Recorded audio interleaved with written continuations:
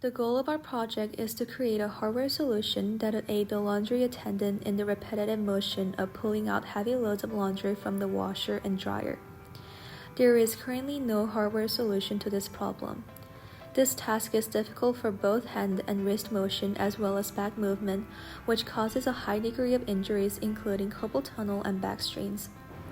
Our team created an automated laundry retractor for hotel washing machines. Our team used a motor and Arduino technology to create a mechanism that would retract and help automate the process of pulling laundry from the washer without a human needing to physically do the task themselves. This prevents the chances of wrist strain and back pain that develops from removing heavy laundry from the washers.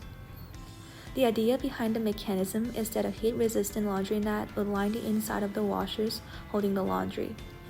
There would be hooks attached to the laundry bag, so once the laundry is completed, wires or cords would attach onto the hooks and the motors would rotate and retract the cord, pulling the laundry out.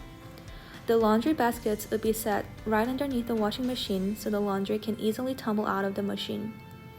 This would reduce the movement needed to reach into the machine and lift heavy linens and sheets out of the washers.